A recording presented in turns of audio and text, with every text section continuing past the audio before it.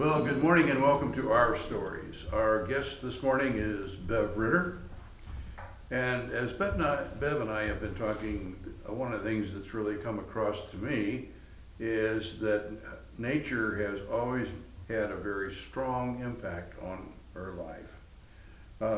So, Bev, what activities do you recall from the first 10 years of your life that you feel where nature had a really strong influence on your youth? I grew up out on the edge of the Sand Creek Reserve, and fishing and swimming and hiking and mainly the seasons also, the planting in the spring and the summer lull, and then the harvesting in the fall, and then, in the winter, all the ice skating and sledding and just everything about the winter. But, I couldn't have done the thing, my kids couldn't do what I did. I mean, I can remember being as young as 2, 3, 4 years old and, walking the neighborhood, walking the woods, and, we all had our different outfits in our neighborhood, and all the neighbors watched us. So I could walk a mile away from my house when I was 3, 4 years old, and nobody would think it'd make the national news today. So it was pretty easy for you to live in an outdoor Yeah, environment. we just, we were part of it. It was just, it was a community also. Yeah. So everybody out there was part of the nature also. Were there other principles that you think you learned from, living in a nature environment? Yes, that's where I learned about God and realized there was something bigger than me, bigger than all of this, at a pretty young age, with some influence, but for me, hiking alone while everybody else was at church on Sundays out in the woods was really a spiritual experience. I had a dog, always had a dog, and I'd go out and just, one time I can just remember I went through this big thorny area, and I got in it, and I was in the Brer Rabbit, and when I came out through it, it was just opened up, and there was the creek, and everything was green, and there was a skunk cabbage coming up through the snow, and it was just to me paradise. Yeah. Like I had just gone through a rough patch, but I got through it, and once I got through it, and I took that with me all the time, sure, is to remember that I'm just getting through this, just one thorn at a time, Yeah. and I'll get to paradise, is kind of how I always look at things, one bite at a time. How do you eat an elephant? My song is, oh God, I'm gonna date myself, but Rubber Tree Plant, is like my song. So, and that I get from the woods. It's from seeing it happen. And then just, I don't know, the birds, the animals, everything is fascinating to me. Moving in a little bit different direction now, you talked about you had a desire to really feel some way, shape, or form for you to be involved in public service, and that you felt like it came to you in an early age, the desire to be that kind of a person. How do you remember that coming about, and as a young person, the sort of recognition and desire that that's where you wanted to funnel your life? I think it started with just watching Walter Cronkite. Can you help me with that? Yeah. Cronkite. Cronkite. Yeah, on the news every night, Yeah. and seeing all that. My dad was big into that, so I witnessed all that. I mean, Yeah. I saw the shooting of MLK and everybody, and that whole thing, and then I went up to ISU with my sister a lot, and that influenced me. They were all going into public service, everybody that she was in, or teaching. Mm-hmm. So, it was either teachers or politicians really up there at that time. and in the 70s, and I was around that a lot, but really somewhere along the line, I just decided that, there was a right way and a wrong way to go, and I didn't want to go the wrong way, even though I was really wild. I was one of those people that learned the rules and rode the edges. And I always, because of being out, maybe the nature or whatever, I just knew that I was part of something bigger, that there had to be a point to being here, not just to run around and have fun. But just when things, I think it also came out of don't care for selfishness. Never did really, but I was strongly influenced by women in my life that my aunt went to the Lincoln home to make sure she could keep an eye on my sister when she was there, and she changed her career to do that, and there was just a lot of things I saw in my sister and her friends that I really liked at the time, but I was very heavily influenced by YCC, by the Sand Creek. I'm not at home, but I'm pointing to the Sand Creek, and the whole EPA environmental movement at the time.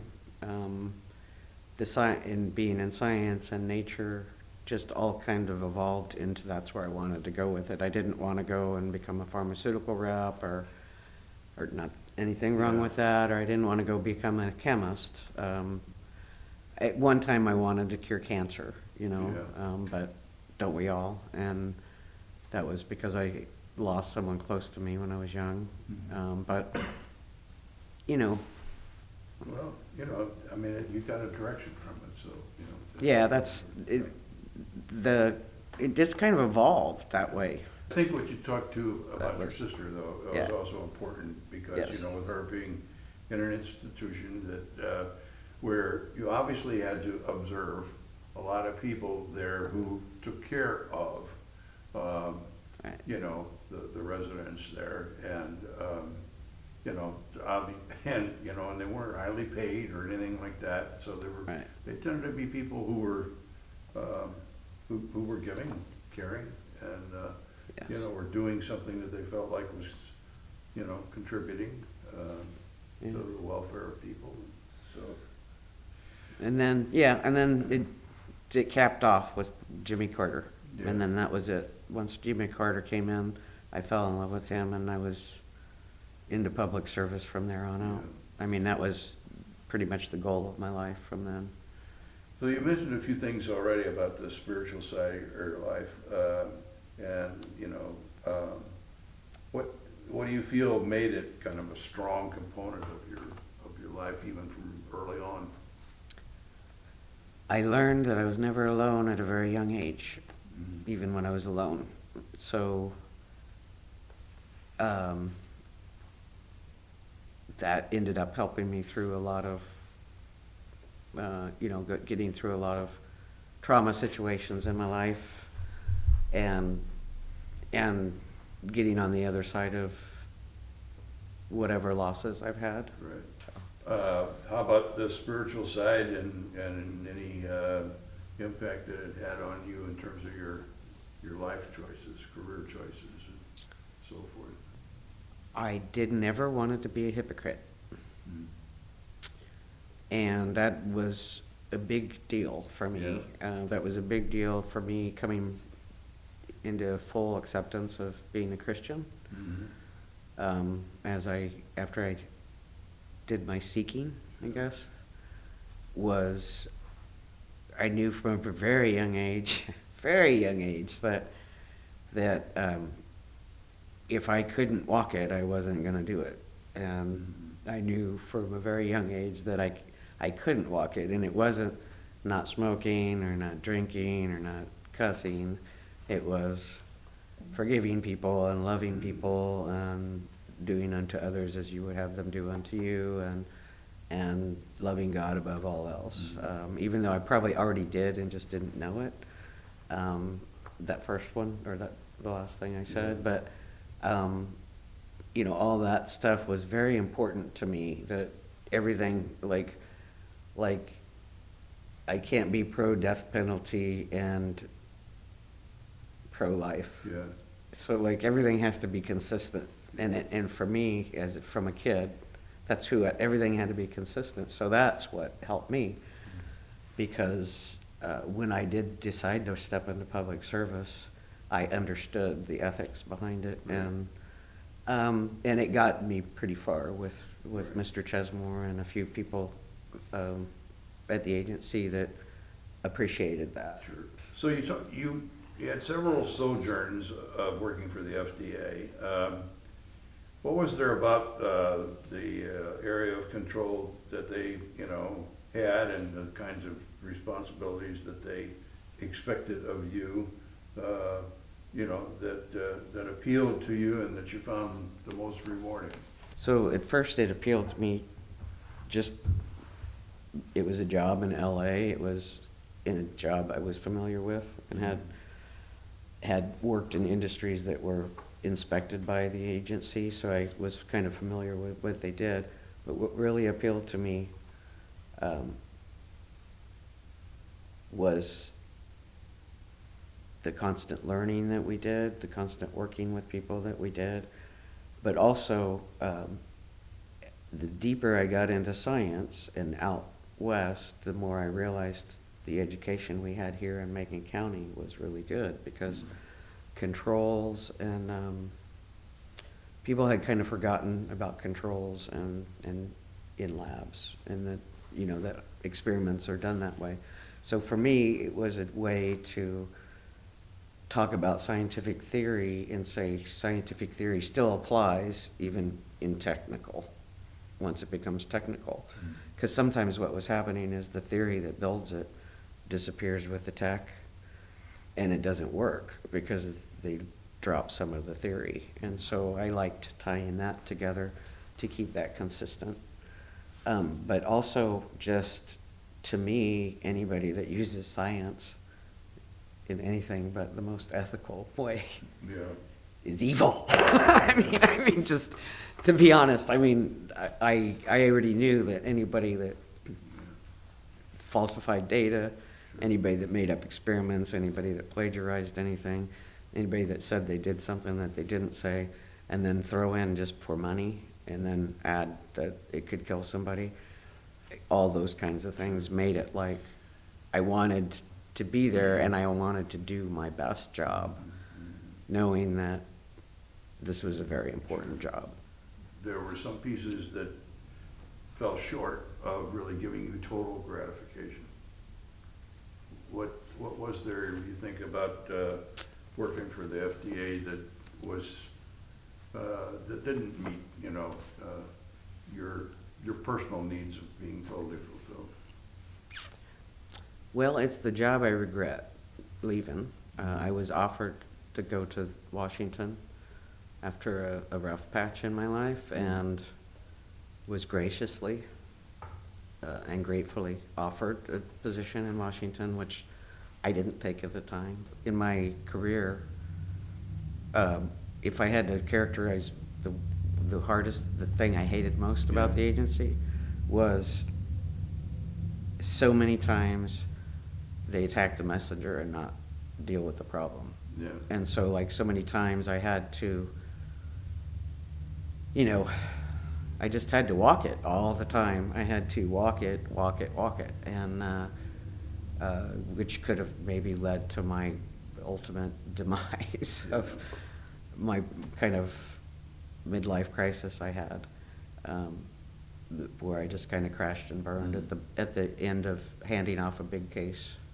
You know, that's what I was frustrated with, is that people in general will do anything not to fix things, including it.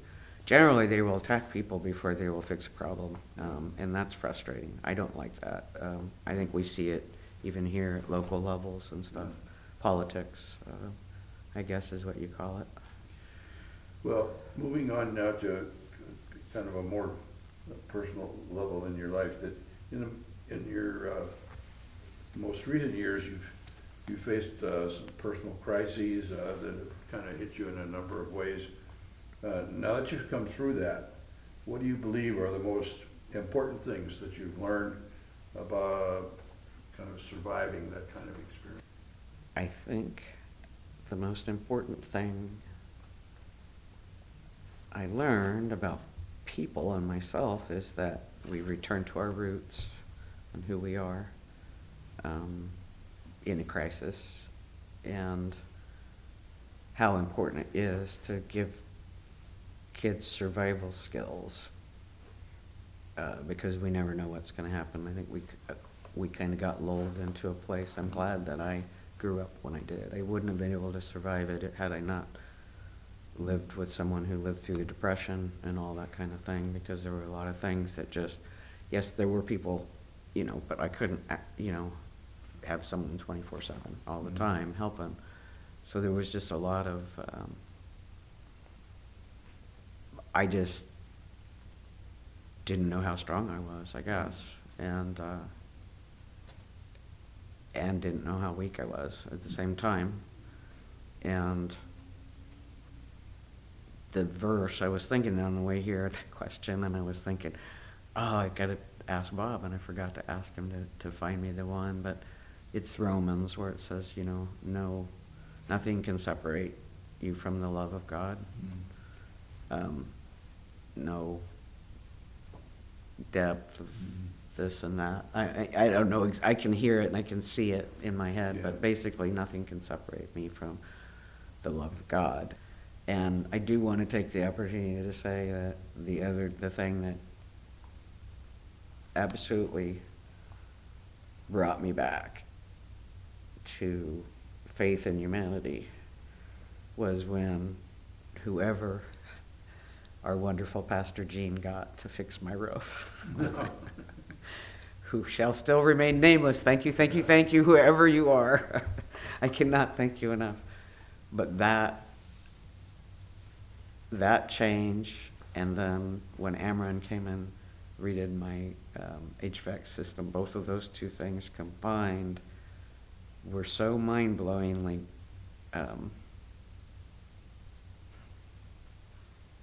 world-changing for me. And